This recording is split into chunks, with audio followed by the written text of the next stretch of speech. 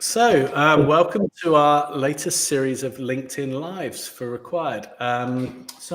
Delighted today to be being joined by Rich Gibbard, who's from RecBound, and Alex Faiers from Additivity and Recsites. Two of our trusted partners at Required, and two people I spend a lot of time talking to about the general world of marketing. Guys, thanks for taking the time out. How are things? Good, thanks. Yeah, pleasure. Thanks for having us. Living the dream. It's 30 degrees outside. It's boiling. Life is good. Market's on pick up. So yeah, I don't know what it's like in South Africa right now, Andy, but certainly in Manchester, not a cloud in the sky. So yes, all good. Good to hear. I imagine it's really cool in France as well, Alex. 38 yesterday. A bit cooler today at 36. So yeah, living the dream, just like Rich. Good to hear. Right, so guys, when we put this together, I'm going to put the context of why I wanted to speak to you guys, because I think we've seen in the last year the rise of generative AI, the start of the rise of agentic AI, the talks that how it's everything's going to change the world. And if I go to our groups, I think it feels to me almost like the start of the internet. Everyone feels that they should be using it in some form, but not everyone has worked out how and why. So I wanted to speak to you guys about what you're seeing that you think is working, what you think isn't working, what could be for the future. And, I think really for everyone who's just afraid to ask, just tell them what the world is. The other great thing about these LinkedIn Lives is that anyone who wants to ask a question, just ask a question, and when we get a relevant point, we'll ask that question. So, who wants to go first on that very broad theme? I'll kick off with something, if that's all right. So everyone knows that AI can help, and automations and any kind of agentic AIs or whatever it may be. Yes, it can help, but the people need to, in my opinion, where it's worked really, really, really well is when people know what they want it for. So, for example, in staffing firms, if you've got the challenge of being job short, then there's tools that you can use that's going to help with business development or getting into existing clients or more out of existing clients. Then the other challenge for a lot of firms is I'm candidate short. And so how can I get to temps quicker, or how can I basically be constantly seen speaking to people? So there's no one silver bullet that handles all of the problems within a recruitment firm. It really does boil down to what are your challenges right now as a business, and then how can I get AI or agents or tools, or it might not have to be an AI, it could be a human being, but how can I plug the gap first? That is the biggest issue, and that's where we're seeing where people do really well or don't do well is using it to fix problems that they've got, as opposed to using it just because we know we need to use it. And yeah. I agree completely with that. So I think there's two big concerns for us that we're seeing, because there's so many tools. Like the challenge is not finding the right tool. There are thousands and thousands of tools, and there's new ones coming out every day and every week. I think the worry is that you're just going to run into looking at every tool on the market and looking at potentially using them that could cause more harm than good. So the first worry is reputational damage. So like Rich is saying, if you're job short and you're thinking an AI tool can solve that problem, and you blanket spam everyone in your market, that trust is going to be lost very quickly, and the damage is going to be pretty hard to undo. So it's taking a more sensible approach, like Rich says, what's the problem, what's the constraint of the business, and how are we going to solve it? And then thinking about if AI is a solution, or maybe a solution is using someone like Rich, for example. So there's the reputational damage. And there's also, I think, that little bit of FOMO creeping in because of all of these tools. I think a lot of recruiters, and certainly in our industry, so digital marketing agencies, we're worried that everyone else is getting ahead of us. And there's all of this new opportunity, and everyone surely must be using these tools. and I'm missing out. So there's that FOMO, and what you end up doing is finding yourself using the latest shiny new tool and losing 3 weeks of your life, and the end product is something that doesn't make it into production or your process. So there are big issues there. Not to sort of poo-poo AI, because it's amazing and we use it for pretty much everything that we do now, but it needs to be very careful and looking at real-world problems, isolating those problems, and looking in a more traditional way of how can I solve this problem and where will AI sit in there. What you've alluded to there, you do see in recruitment businesses almost this paralysis of trying to do stuff that they think, rather than focusing on the brilliant business that you've probably built and the thing that makes you unique. Yeah. And that FOMO side of things, it's real, but I don't know what your feeling is on this, Rich, but for us, we've been in this industry a long time. It tends to be recruitment, specifically recruitment marketing, quite slow to adapt, especially when we're talking about marketing. So there's this fear that your competitors are winning the race and getting ahead using AI. The reality is, the clients that we work with, even the big ones, like doing north of 100 million plus, they're still not doing the basics. They're still not doing the marketing basics pre-AI. They're certainly not stealing an advantage by using these, not across the board, using all of these new tools yet. It's just not the reality that we're seeing. So my advice is thinking about covering off the basics. If we're here today to talk about a marketing perspective, what's the challenge that you're dealing with? What's the biggest challenge? And then working back from there. And yes, AI might be an answer, but it might not be. Yeah, I think that quite sometimes the answer is offshore or a human being. It really it's. But from an AI point of view, what recruitment business owners and leaders, my favorite phrase that they say is, well, if we just make a placement from it, then it's worth it, isn't it? Or once we get a placement, then it's worth our money, so it's worth it. And so I've never known a group of human beings so successful in being sold to. They are recruiters and recruitment business owners are probably the easiest people to sell to, as in like perks, benefits, you need to buy this because, but they're the hardest people to negotiate with because most of them are tight as cramp for obvious reasons. So I think the important thing is that, like you say, don't go into it knowing that you're going to, just solve what AI can solve one problem at a time, not 10 problems at a time. Move on to the next one. We've seen a lot of people going back to the last couple of years say, the advance of ChatGPT from a content perspective is amazing. So we're going to be bringing our marketing in-house now, which is great. If you have that time and the knowledge and the want to go and pick up these new tools and use them, what actually we find with clients when we check in with them in 3 months, when they've gone through that process, we say, hey, how's it going? What's the impact been? What are the measurables? What are the KPIs that you're tracking? And they're like, oh, yeah, we haven't actually done anything. So this is another big risk of getting excited by the tools and starting but not finishing. Because if you use a partner like Rich, for example, there's accountability there.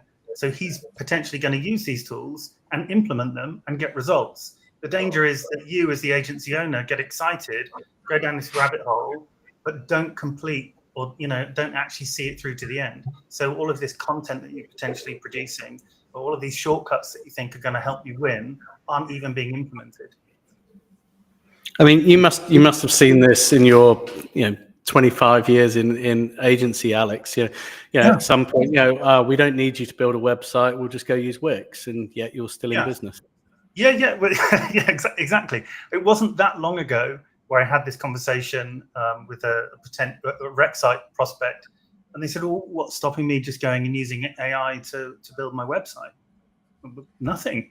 The great comeback to that is, well, what's stopping me from sticking an advert out on Indeed or LinkedIn and using a different The answer is you can do it, but AI can do anything. It can make websites, it can do outreach, it can write content, it can grade candidates, it can do half of any job pretty much. But it always comes back to this for me. Just because you can doesn't mean that you should. Okay, So are you going to use these tools to the best of their ability for the best end result? Or would your time be better off spent running your business, doing your job, and using external marketing agencies or internal marketing heads to actually fulfill that? So yeah, just because you can, I don't think that you absolutely should every single time. Yeah, I think you're absolutely right. And I think sometimes you're right. Just because it is possible doesn't mean that you should. And I used to see this actually in agencies in the payroll, want to bring their payroll in-house. And there was, well, we can run it ourselves. We'll have more control, but also as well, again, the value is in us placing the people. It's then not paying them. And actually, it's much better. Who would you rather trust? Someone who's paying 100,000 workers a week, or ourselves to implement a system to run it? Also, as well, the nice thing is if it doesn't work or things change, then we've got someone who is accountable and responsible. Yeah. So I would agree with you. So practical uses for AI. I know we've talked about it. What have you seen so far that you would say, where's a nice warm place to start to the that hasn't got anything in their stack? What should they be looking at? Do you want to go first? No, okay. Right. So quite often money solves a lot of problems in recruitment business owners, in recruitment businesses, and cash is your lifeblood. So considering that all staffing firms are sales businesses, AI to increase sales is probably that saved me time, or that's brought me in money that I wasn't going to get otherwise. Over the last few years, people have really cottoned on to outreach and multi-channel sequences of various different outreach tools. The problem with what has happened over the last few years is, hi, first name, I notice that you are job title at insert company, but now AI is becoming very good at spotting and making messages personalized, and so personalized outreach, management of data. So using tools like Clay is pretty handy, really, to be fair, and ultimately helping recruiters and business owners to maximize their time by outreach, but hyper personalizing using various tools in AI is probably the way forward. We know that it can do copywriting. We know that it can do like research. I'm not convinced that either of those are right, because it becomes an AI written message, which is, we can all see it, but you can't replace the fact that it can personalize, hyper personalize. And so that's, as a use case, that's a very good win for AI, I would say. Yeah, whilst also treading very carefully, going back to that original point of the potential for reputational damage, and letting tools out to your consultants, and one of them accidentally emailing 20,000 people in one go, it's very difficult to come back from that.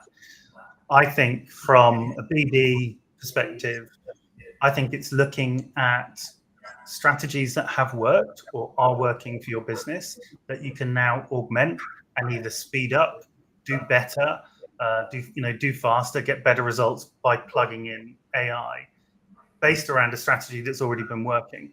So, for example, listening to Recsites customers over the last couple of years, one strategy that they do a lot is the specking out candidates, the candidate first outreach, which is traditionally quite a manual process.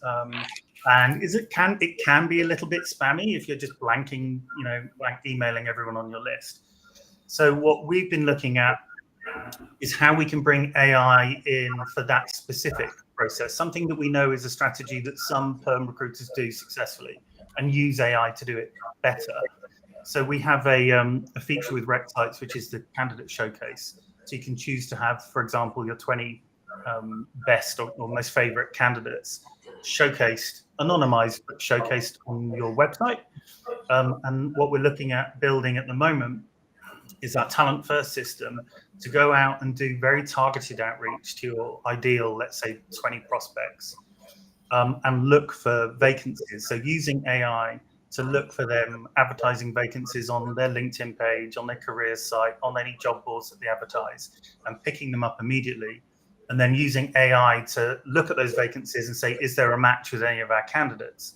And if there is, then doing the outreach for them automatically with a couple of follow-ups, alerting the consultant of what's going on, with the option for them to approve or not the outreach in the first place.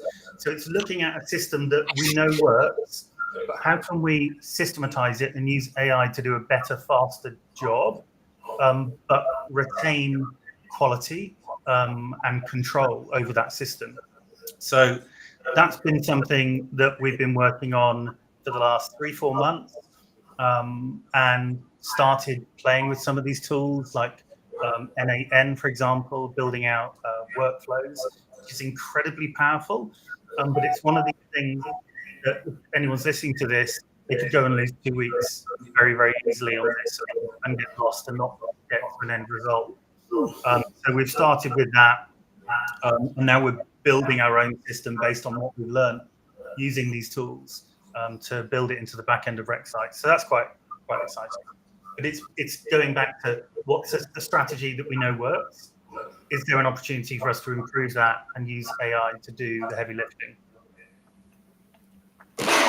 So essentially, going back to what you said at the start, you're taking a normal recruitment behavior, i.e., all right, we've got a good candidate. Who are the top 20 people that they would work for? Let's go out and do that. But what you're actually doing is, rather than reinventing or doing something different, you're actually just, and I think where AI can really move the needle for recruitment founders is making average recruiters good and good recruiters great, and potentially just showing them that behavior will get them better opportunities then to get interviews, get placements. Yeah, exactly that. And our approach is, how can we selfishly make their website perform better? We're always trying to have a high performing website. So by building this tool, it's encouraging people to come back to the site, have a look at the anonymized candidate, and engage with the site by requesting an interview or a full CV, all that kind of stuff. But that's just one example. There are infinite examples of AI use cases, but I think looking at strategy first. So I think everyone now is probably using AI for content generation. It's come on leaps and bounds, and is can be very good if used carefully, and if you are actually using it and seeing it through and using it to publish content, that works really well. One thing that has really helped us at Activity is on the sales funnel, on the content side. So we're predominantly focused around inbound marketing and how can we have a high performing website. And traditionally, we'll do one big piece of work for our clients a quarter, and that would normally be a salary survey, or a guide or some sort of gated content as a download. What's exciting us at the moment is AI is enabling us to do a lot more in that same time frame. So now we're able to build tools and resources that before would have been prohibitively expensive, and now we're able to do them in a matter of weeks without bugging the dev team. So that's really exciting, meaning that we can create more value for our customers, for their customers. So that's been something that has definitely had my attention in the last couple of months. Just a reminder, if you do want to ask a question to our esteemed guest or myself, then just tap it in the comments here on LinkedIn. So I think the other thing I've sort of really noticed as well is that all of the previous pillars remain intact. You've still got to train your staff to deal with people. You've still got to have great data. You've still got to understand your processes. You've still got to understand your ICP.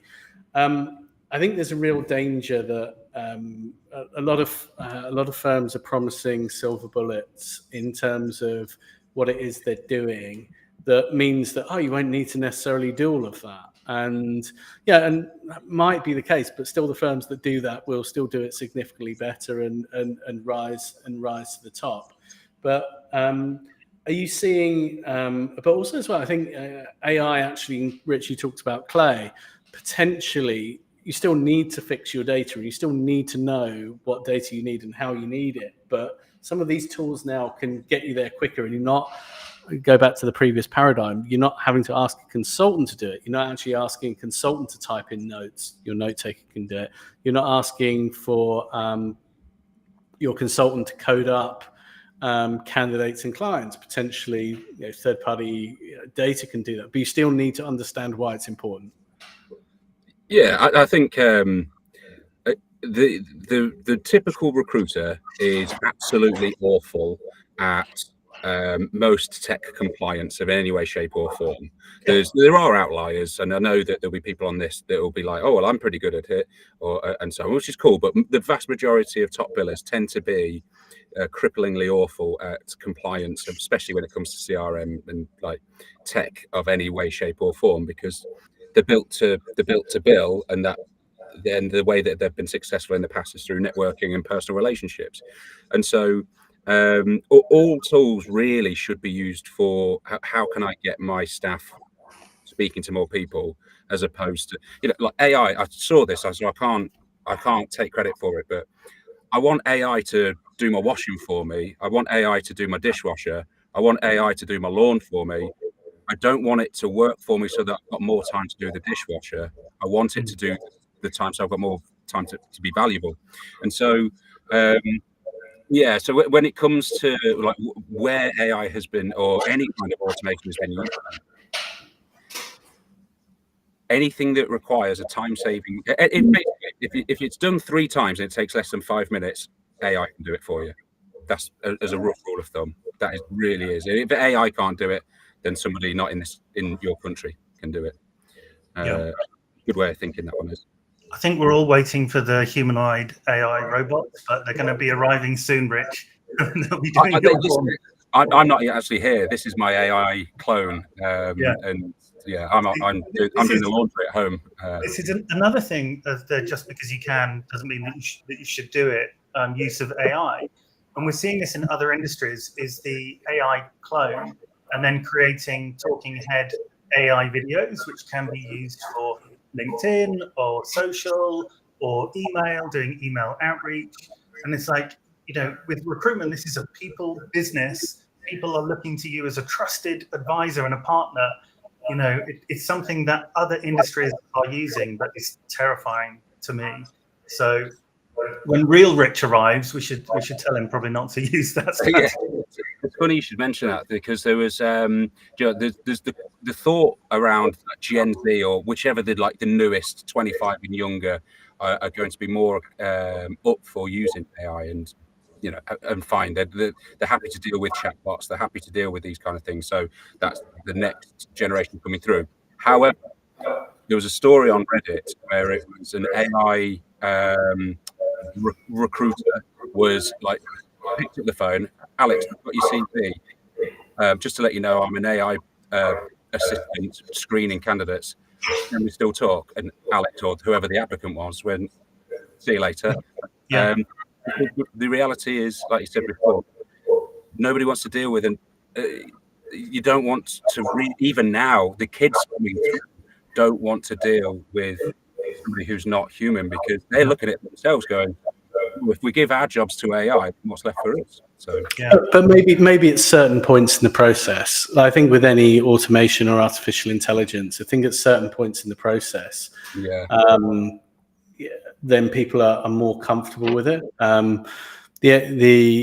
What we found when we did some case studies around some of the automations with the old-fashioned now chatbots, was that actually candidates preferred speaking to a chatbot, because a chatbot basically was available when they were, and also if they said we're not looking, understood they weren't looking, and accepted it.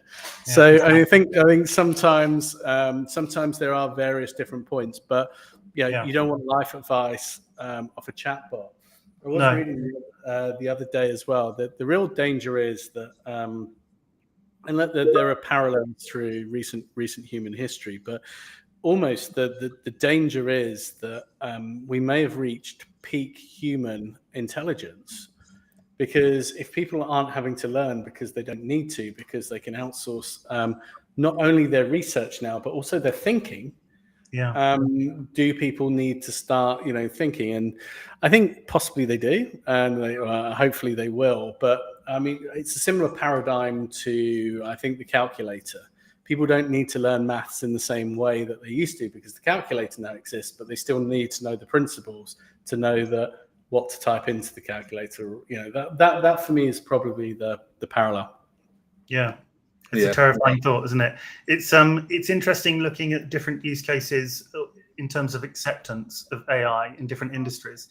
So, for example, plumbing, or someone selling solar panels, for example, they're effectively using AI outbound sales calls, and it works because you're being cold called at home.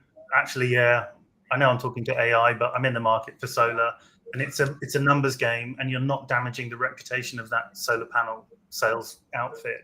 So it does work, but from a recruitment perspective, I think that would be very, very wrong. We're using voice AI ourselves to answer inbound calls, and that seems to work really well. So it will identify if it's a customer with a problem and they need support, and then create a support ticket, and it comes straight through to the team. Or if they're a prospect and they've got questions, or they want to book a strategy call or whatever it is, seems perfectly acceptable. But not the other way. We wouldn't dream of doing outbound AI calls ourselves. Just seems very wrong. Fair enough. So, Alex Shakira, how can agencies use their CRM data better for marketing, i.e. segmenting contacts who are engaged, not engaged? How many agencies use their first-party data for marketing opportunities, and how can they better use it? I feel like they've answered the question themselves, really, there in terms of segmentation.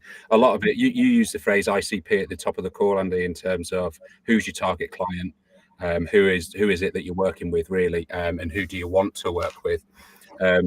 The best companies have nerd-like segmented lists that are very well tracked and very well updated, even to a point where they're using technology that when a candidate moves jobs on LinkedIn, it updates the database, and you've got triggers going out there that congrats on your new role, things like that.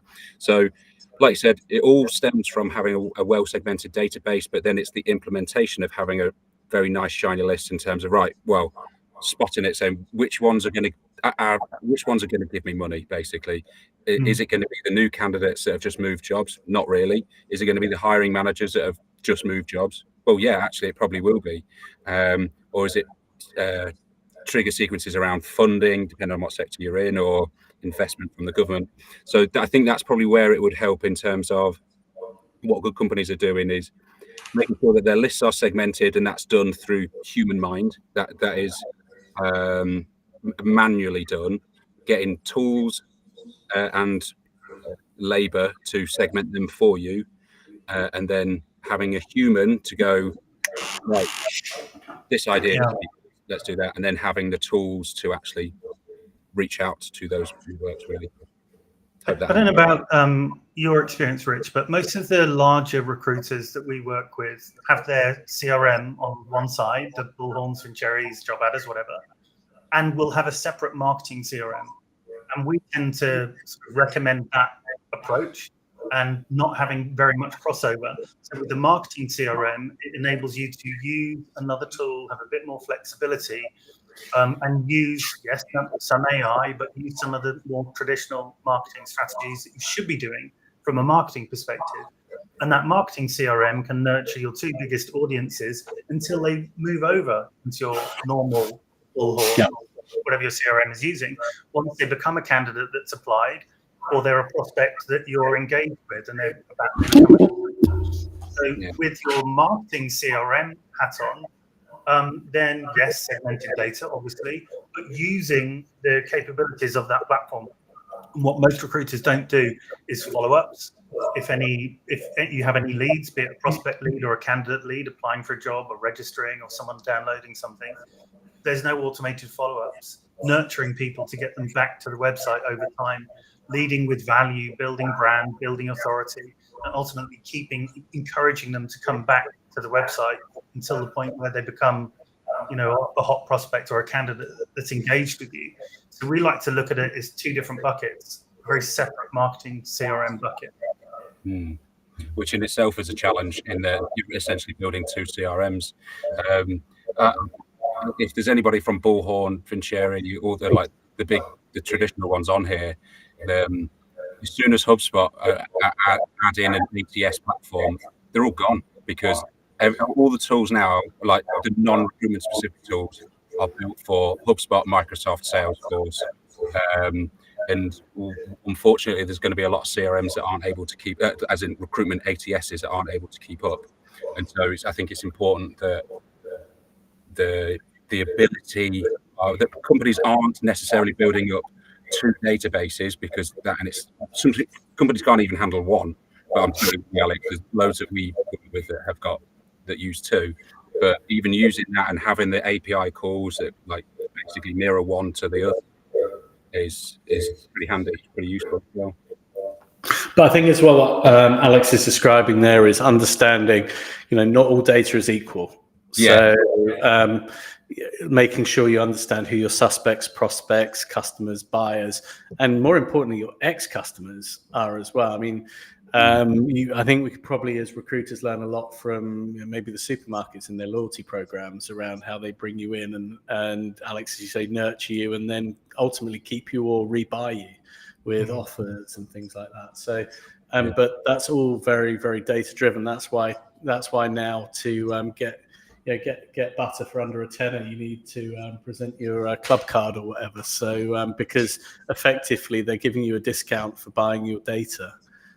In essence, we have some questions. Stuart Higgins, other than candidate spec outs, what kind of marketing gets attention these days? I was talking earlier about building tools. So we're always trying to have our recruitment clients have something of value. So if we think about a prospect, and they find themselves on your website, if they're not going to pick up the phone or engage with you right now, they don't have that hair on fire problem. What have you got that is some kind of an incentive? And we'll always look at micro problems that your potential customers might have. And in the past, let's say the salary survey is a good classic example. They're not benchmarking their roles correctly, so they're struggling to hire the right level of talent. A salary survey will go some way towards solving that. And they still work, but people are bored of them. So with AI now, you can build tools that, again, will solve a very specific problem to showcase an issue, potentially highlighting something that you want to highlight as a business, and give immediate value. So something we're working on literally this week, started on Monday, for one of our clients in Denmark, is a calculator where you can put in how much you want to pay, an annual salary, and pick the different countries where you're considering employing. And then it will highlight the cost as an employer and the cost as an employee in terms of what the tax liabilities are. So it sounds reasonably simple, but if you rewind a year or two, and I went to my dev team and spec'd this out, it would be 3 months worth of work. We're able to do it in 2 days now, and then drop that in on a client website, and it's phenomenal. So it's solving a real problem that this particular client has. He wants to showcase that hiring in Denmark is very affordable for the employer and a massive benefit to people thinking of moving there because of the different tax brackets. So it's a great little tool that can feature on your site, solve the problem, highlights your kind of USP, if you like. And things like that are marketing strategies that are working at the moment, which are AI enabled.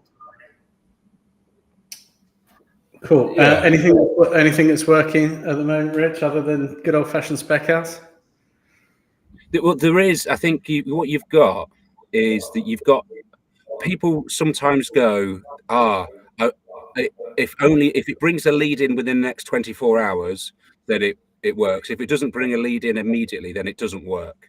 And so if you want like instant ROI, as in you've got to get it, basically if you've got a gun to your head and you need to make placements within 24 hours, then speccing out, going to existing clients, referrals, the classic in terms of how can we sell more now to our existing market. So that's there. But people have got to think as well is that you also need to show that you're good at what you do for when they are looking in 6 months' time or 12 months' time or whenever it may be. And staffing firms can be very short-sighted with that. And so it's making sure that you are balancing spec outs, but how can I add value to the community? How can I show you how to do your job better? Or how can I workforce better? How can I show you how to hire? Who can I bring in that's going to basically partnering with high-level fractionals, high-level interims within your specific market? How can I run a community that I'm adding value to?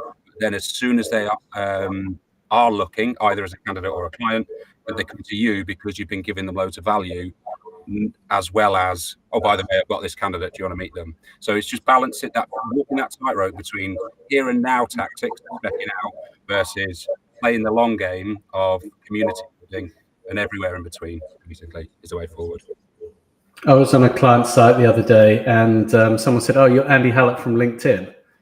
And what was, and actually, I was like, and I don't think I'm like particularly prolific. I don't think I post many pictures of my dog, so I don't see myself as a general influencer. But what was interesting is they're very much my target customer. I speak about the stuff that they do, they're interested in, and the fact that they already felt that they knew me or knew about me was massive at breaking the ice. And I had a similar thing when I started working with Dalton and Charlotte.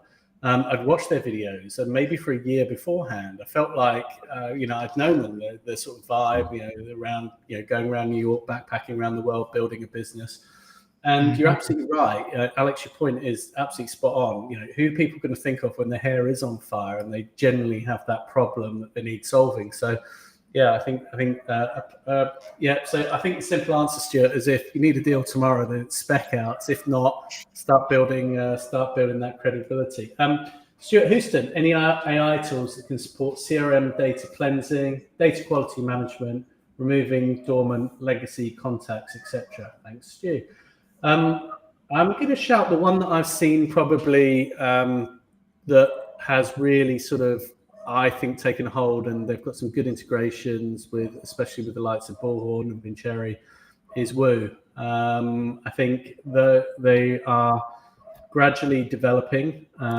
We've recently brought them on as a partner, and I think they're slowly but surely taking some very good market share and doing some very good stuff.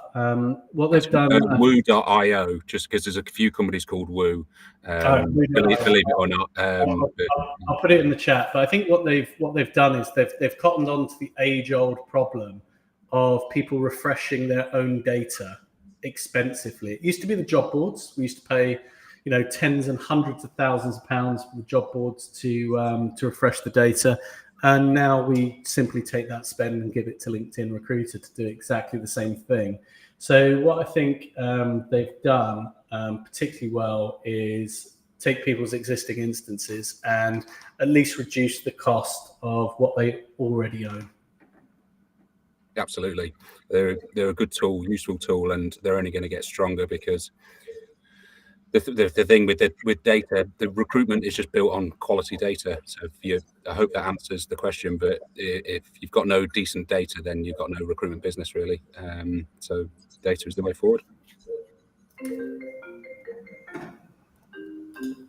Alex, have you seen any great tools out there? No, it's not something that we get involved in on the CRM side of things with our customers. On the ATS or CRMs, we're on marketing CRMs. This would lead nicely onto George's question. So she says, if your recruitment and marketing teams use different CRMs, how do you keep data connected and consistent? The first thing is to decide, do they need to be kept connected and consistent? And for me, not so much, because you've got one from a marketing perspective, just looking at marketing, and the other doing everything else. The marketing CRM is there to capture people's details, be it a prospect or a candidate, and then nurture them until the point of conversion that you're looking for from a marketing perspective. From a candidate, obviously that's applying for a job or signing up to job alerts or registering or uploading a CV. Okay, at that point, they're into your bullhorn and you go to recruitment process. Done. From a prospect, again, we want to nurture them Ideally, we want to capture their details with some sort of gated content, then send them value-based content until they pick up the phone, book a call, or become a client, in which case they're going into your CRM anyway. So there doesn't need to be that data connection for the two of them to work independently. It's not that important for me. The marketing CRM needs to do its job, which is create prospects and turn them into opportunities. That's it. Yeah, I think there are plenty of companies out there that do need them talking. Certainly, if they're fast-moving organisations, as in temp agencies, and so if you've not played around with Zapier, have a look at Zapier, and if you've even things like Apollo and Lusher and data plugins as well. Sometimes they can be pretty useful as well in terms of where the data goes. So have a look at the normal sort of data scraping tools. Apollo, what's the other one? Zoom Info. That one, sorry. So Zoom Info, Apollo, Lusher. Have a look at see what integrations that they've got, because they might be able to integrate into both CRMs at source, so they duplicate where your contacts go. But what amazes me though is still as well. There's it's almost like the consultants as well often don't use the information. I'll give you an example. People are often scrambling to get manager numbers, and they'll go on Lucia or Apollo and they'll spend credits, whereas they actually applied for a job 5 years ago and their number's on the CV, and it might be in their candidate database, or they didn't parse it, or they didn't take it. So the thing I would say is that people's own data is so valuable, and every bit of data you get that you can legitimately store, you should store, because you don't want to have to rebuy it later. And actually, there's a real possibility you won't be able to buy that data as well. I think as people start to realize just how available their data actually is, people are going to really start to rail against that. And I think we might even see us a lot more push for privacy for people as well. Very much so. So we've come to prediction times. We're having this conversation in a year's time, assuming that we're not, it's not Ricardo Gibardo's your AI agent. What will we be talking about? I honestly think that the way that this hype cycle has gone over the last few years, it's how can we get more out of marketing? What can we do out of marketing and being seen? The next big wave coming in is like an operations manager, ops kind of leader, who has got that ability to implement these kind of tools. So I think in the next year, the big challenge was how can we actually implement them? Nobody's got it fixed. There is no silver bullet. There is no 21-year-old influencer out there who's running £1 billion recruitment organization. Just don't exist.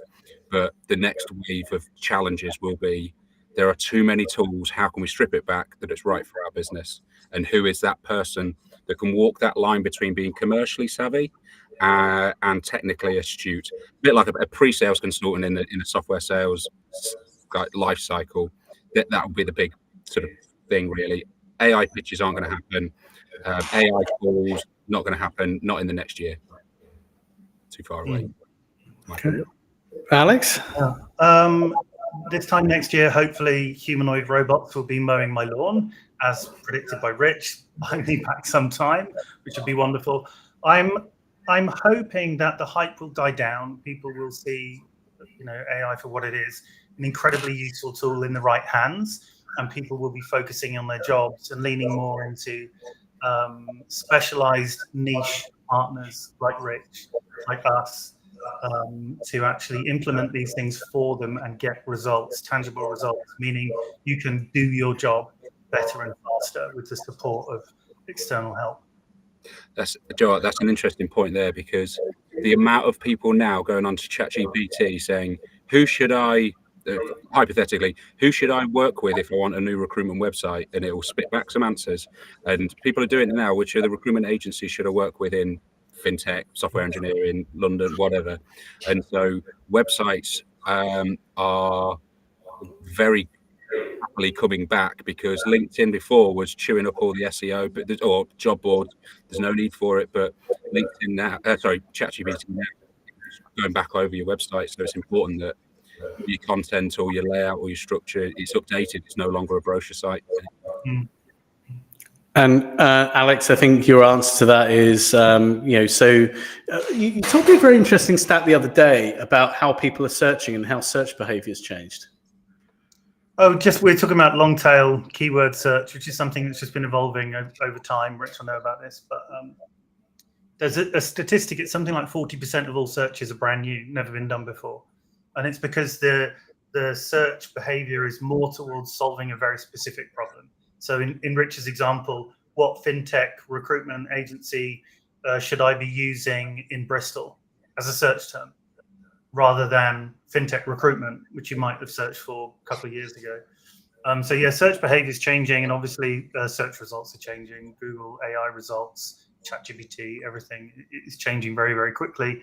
But to Rich's point, you do still need that website there as a central point of content for people to index you and to be able to find you and to be able to answer these questions. And you should be absolutely saying, come index me, be as open as possible, make it as easy as possible for everything to be scraping. Yeah. And also as well, the other thing, Alex, I know you understand the paid ads well. Do you think we're going to start to see AI be influenced? So we're going to start to see some sponsorship of answers that AI is going to come back. 100%. Yeah, that's in the running already. So 100%. Why would they not monetize those results? Yeah, it's 100% going to happen. Yeah. ChatGPT is essentially a Google. Now the kids will say, we would say, Google it as a verb. You need to Google something. Like my mum and dad would say, you need to Hoover it, even though they mean vacuum. We would say they need to Google it, even though it means search it. Yeah. Kids nowadays will say ChatGPT it, or chat. I've heard this. I was talking with Chat the other day. Oh, yeah. Okay. God, help us all. Yeah. Wow. Anyway, so assuming we haven't been replaced, I've had a robot lawnmower for 6 years. Actually, it's possibly the greatest investment I've ever made. So it's got no AI. You have to put like a little guide in, but it just gets up every morning, mows the lawn, knows it, and it's not gonna take over the world, but it does its task exactly how it's wanted. Gents, thanks as always. Always good conversation. Assuming that we're not taken over by robots or Skynet, then we'll definitely have this update in the next quarter or two. I think anyone who has been inspired or wants to know more about RecBound, Recsites Additivity, how can they find you guys? Well, if you want to find out about Recsites, have a look at recsites.com. Some of the stuff that I was talking about today, some of our NN8 workflows, we're making available as a BD toolkit. So if you go to recsites.com/toolkit, you'll be able to sign up to the wait list and get all of that stuff, which we've been touching on today. You can also find me on LinkedIn, obviously. Fantastic. Rich? LinkedIn. I'll be hovering around at LinkedIn. Please don't email me because emails, just LinkedIn. LinkedIn is the way forward for myself, or drop me a text, because nobody texts anymore either. Absolutely. And as alluded, if anyone's interested in chatting to me, you can contact me on LinkedIn, or if you're interested in joining the network where these guys contribute, we've got a specialist marketing group. So if you are interested and you're a marketeer, no founder, just marketeers, specialist marketeers, come join our private community, and you can find out about that. Apply on required.com or drop myself, Rich, or Alex a message. Good to catch up, guys. See you soon. Likewise. Thanks, guys.